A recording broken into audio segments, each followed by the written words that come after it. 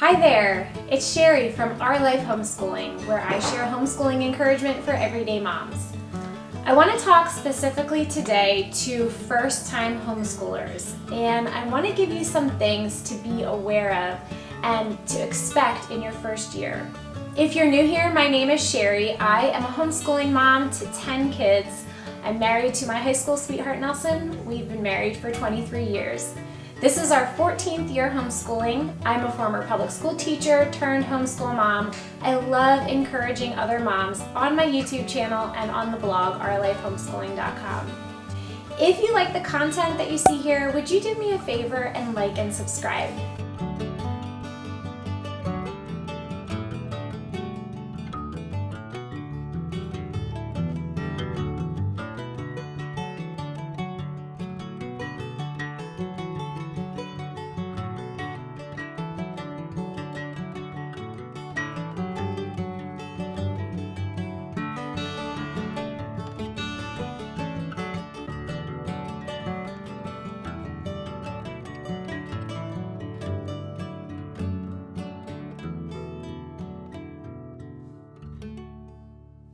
If this is your first year homeschooling, you have taken that courageous step to decide to start teaching your children at home. And this can be both very exciting and scary at the same time, but I want to encourage you in this video with some things that you can expect that first year and to be aware of and how to handle them when they do happen. I want to start first of all by saying how excited I am for you in what you're about to embark on this year and this exciting adventure. We started homeschooling over 14 years ago with our oldest, who has now graduated. He's gone all the way through. He's been homeschooled the whole time, as well as our other children. And I had no idea what I was getting into when we started back then. It was just something we weren't even sure we were going to keep doing it. We just decided to try it for a year, and then we kept doing it, and I can tell you it's been an incredible gift and blessing to our family. And this is what you have started doing. You are giving your kids an environment where they have a lot of free time to learn at their own leisure. You're giving them a one-on-one teacher where they can learn at their own pace. They can slow down if they're struggling with something. They can move ahead if they get it. They don't have to wait for everyone else to catch up. You're giving them time to pursue their interests and to do things outside of school because they just have a lot more free time on their hands. You're giving them a safe environment where they're home with their parent and they don't have a lot of the pressure that kids have in schools today. You're giving them free access to the outside world. You're going to give them an excellent socialization, opposed to what a lot of people think. Your kids are going to have a lot of friends. They're going to have friends in different circles. They're going to be involved. They're going to be busy, but they're not going to be at that frantic pace of always being hurried to the next thing and running around all the time. Homeschooling has been an incredible blessing to our family, and looking back now, I have this perspective. I can see things with a bigger picture. I know there were some really challenging times, and I think of some of the times that I wanted to just throw in the towel, and now I'm so glad I didn't, because I've been able to see a lot of the rewards and just love the opportunities that I've been able to give our kids, that we've been able to give our kids because we're homeschooling. And this is the same journey that you're starting on, so I'm really excited for you. Having said that, I will also say that you're probably aware that this is the road less traveled. Not everybody's doing it, and the reason is because it's hard. It's not easy to homeschool your kids. It's not easy being with kids all day. You're doing something that is not mainstream, and so because of that, it's going to be a little bit more difficult than if you would just do what everyone else is doing. So there's a few things that I would like to share with you to be aware of in your first year of homeschooling, so that when they happen, you're not caught off guard, you're not discouraged. You just know that this is probably normal for most first-time homeschoolers, and you can just have that right point of view and right thinking on it when it does happen to you. These are things that I wish I had known when I had started out homeschooling. The first one is what works in school does not usually work at home. And if you have listened to anyone else that is a homeschooler, you've probably heard this before. Don't copy what they're doing in school. And this is so true. In fact, it took me several years of homeschooling, and I knew this, and I tried not to copy things because I know it just does not work the same way at home as it works in school. Things work differently. And even so, I still found myself copying a lot of those patterns. And there's nothing wrong with that. It's just that in a home, things work differently. And the school model really was meant to serve a large group of people. And you're serving just your child or your children, however many you have homeschooling. There are many ways that we do this as homeschoolers just because it's all we know. All we know is the school model. That's what most of us grew up with, and so you don't know where else to start. So it's okay to kind of just start with whatever you know. You have to start somewhere. But the more and more you are homeschooling your kids, when you run into problems that aren't working, stop and consider, is it because I'm trying to copy how they do it in school? Because a lot of times it is. And I'll give you one example from my own experience.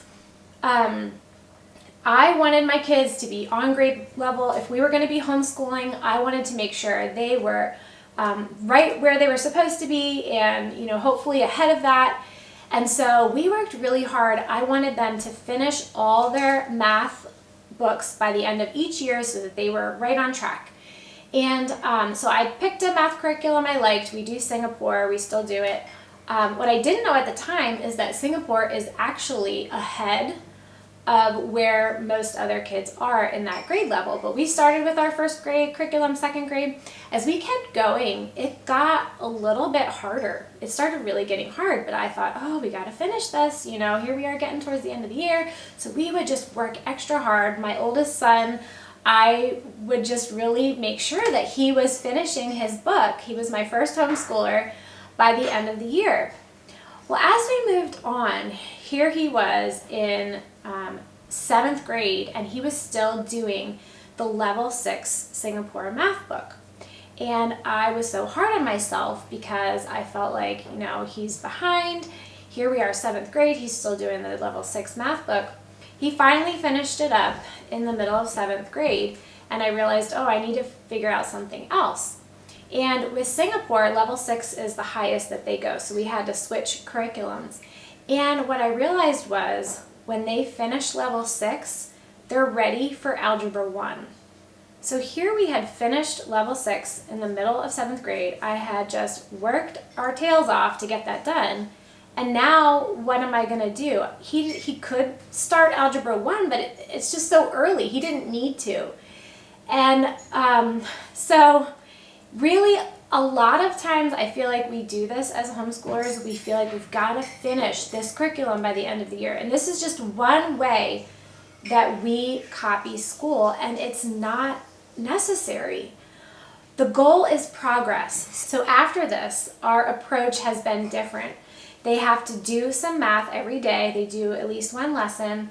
But I am not just trying to cram it all in. We're just trying to keep moving forward and keep learning a little bit more every day. So if you're running into struggles, look at how you're doing things and ask yourself, am I doing it this way because that's what they do in school? And a lot of the methods we use really do come down to it, and it just takes a while to realize that that might be why it's not working. Another very good possibility for you is that you are going to hit some point in your school year where you think, I just feel like I'm not doing enough. And the reason for this is that homeschooling takes a lot less time than traditional school. What you spend 8 hours doing in school, you can probably get done in 2 to 3 hours at home. So you may find that the kids are finishing up and it's lunchtime and you think, what am I not doing? What didn't we cover? I feel like we should be doing more. A lot of homeschoolers feel this way their first year, and it can be a source of frustration because they just worry if they're doing enough. And the fact is, it just takes a lot less time. The important thing, if you want to measure whether or not you're doing enough, is to make sure you're doing reading, writing, and math every day. That's the minimum. That should always happen. And then on top of that, read to them a lot. If you are reading, it's going to cover any of the gaps that your child might be missing, or something that maybe you feel like you should have covered but you didn't. Reading to them just covers so much ground. And read to them good quality literature, books that engage their imagination and where they can learn about different places and different times.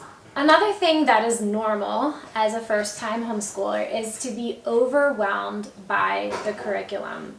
There's so much out there, so it's really hard to make a decision. In fact, I honestly think this was kind of the hardest part of homeschooling, was making that initial curriculum decision. I didn't know anything about these curriculums. I hadn't tried any of them. I didn't know anything about myself or our style or how our day was going to flow. It all seemed so foreign to me.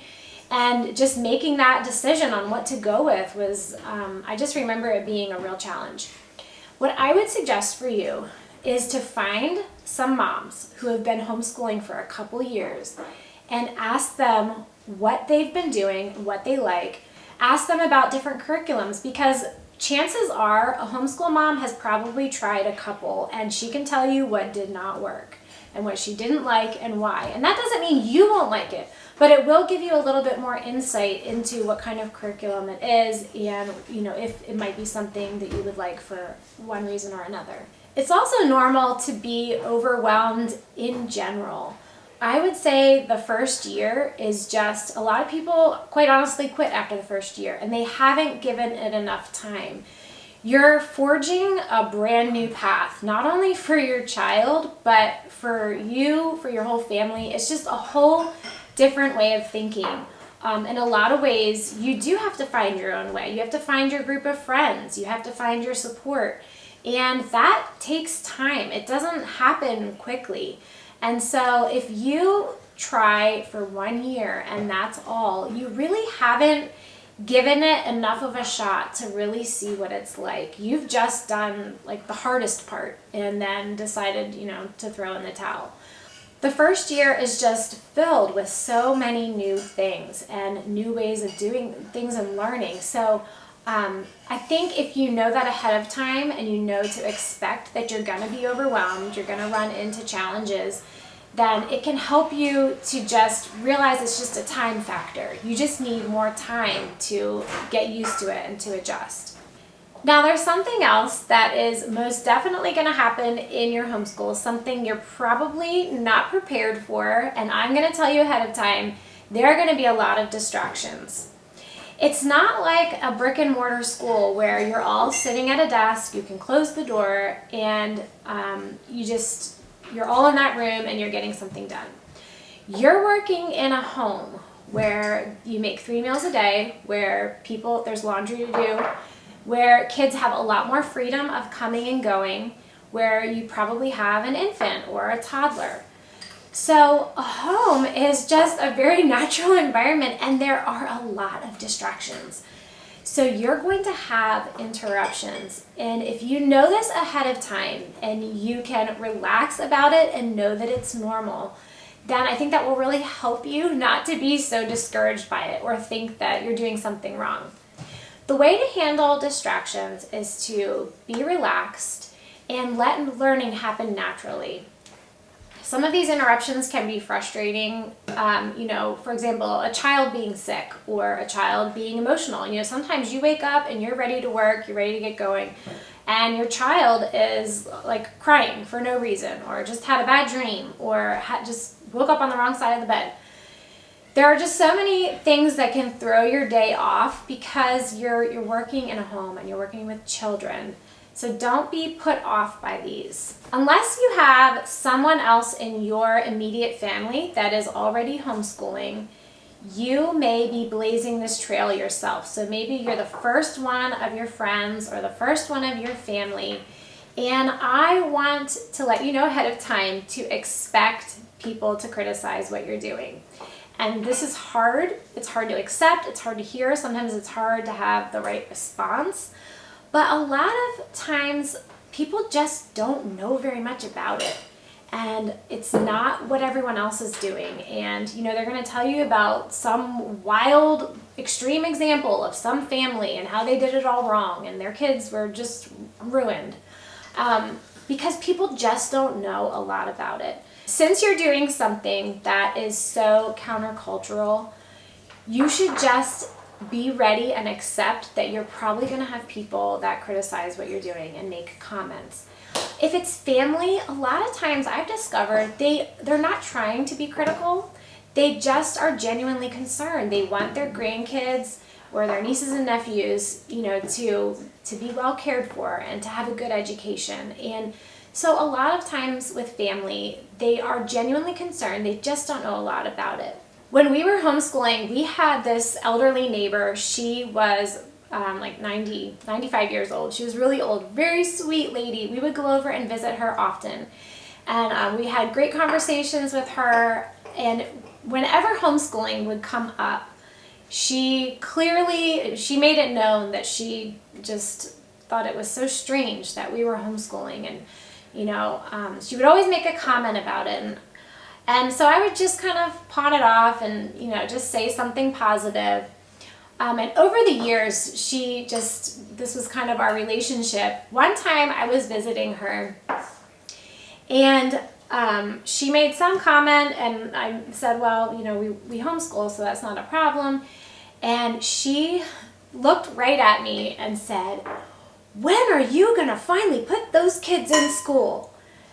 And I didn't know what to say to her. It really put me on the spot.